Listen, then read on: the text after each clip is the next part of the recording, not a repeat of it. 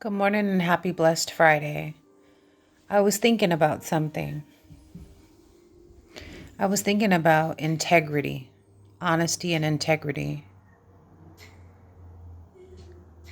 And that would be versus money or a paycheck.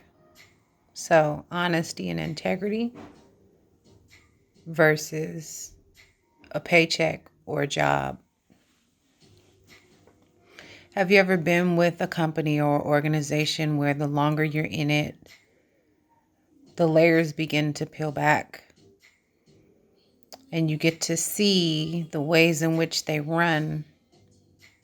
Now, I'm not saying that any job you have or you get, that everything they offer, that or will align with how you feel, your values, your honesty, integrity. But then there comes a point where enough is enough. And I often found that in working with agencies in the field of mental health, the work is stressful. Situations that happen on any given day can add to your already stress level. You have paperwork, the notes, you have treatment plans, you have meetings with parents, meetings with your sessions with kids, and then debriefs with teachers and staff, depending on where you're at in what kind of organization it is. But when things come up that are pressing and they don't feel right, how do you address them? Do you address them? Now, there are supposed to be people who are on top, supervisors, managers who are supposed to manage and supervise. But what if it's like a uniform kind of way, a uniform kind of thing?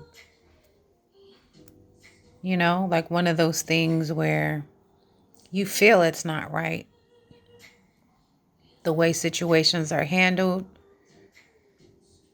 but this is how the agency or the organization runs. What then? What do you do? Do you continue and collect that check? Or do you look for something and exit, something that aligns more with your belief system, right? And there's something that happens in the field of mental health that just doesn't feel good at all. The diagnoses, and particularly the diagnoses to get paid, billing, right? And they have to say a certain thing and look a certain way. And if they don't, well, then the agency doesn't get paid, and then therefore you don't get paid. And I never liked that. And I never liked sitting there writing notes, because as you're in the day and things are popping off and happening, whether a kid might come to school and be suicidal, and you interface with ambulance, police, paperwork, teachers, staff, and you're trying to protect the child. And then you have to sit down at the end of the day and write notes so that you can get paid for something that was unfortunate. And I just thought about that in terms of when you're in a place and their values don't align, who has the integrity? Who says something? And I'm a whistleblower. I've said things, but nothing's changed. So in that, I had to decide what direction I needed to move. Another thing that happened in mental health, the treatment plans.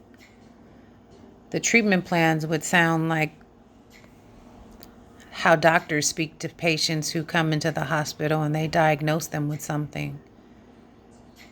But the population of folks in which most of these organizations work with or should I say capitalize on, don't understand those words, don't understand the formulation in which how they create the treatment plans. And I was sitting in one summer for a woman who was out pregnant, and I needed summer work. So I was working with little people, and I had to be in charge of the treatment plan. That was already written, but I had to be the one to deliver it to the dad and explain it to him. But what I realized is a lot of people blindly sign things because they believe that the people in charge have their best interest at heart. And so it's standing face to face with a concerned dad. I asked him if he understood and just went into, let me explain it to you. So my feedback from my supervisor was, why are we writing treatment plans that the population of people we work with don't understand? It's already, they don't trust these systems, particularly mental health systems, and how we care or don't care for their children.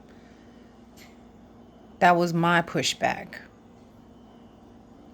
And I pushed back on a lot of things that most weren't willing to, or if they did, they just kind of went unchecked or unaddressed. So, integrity versus a paycheck.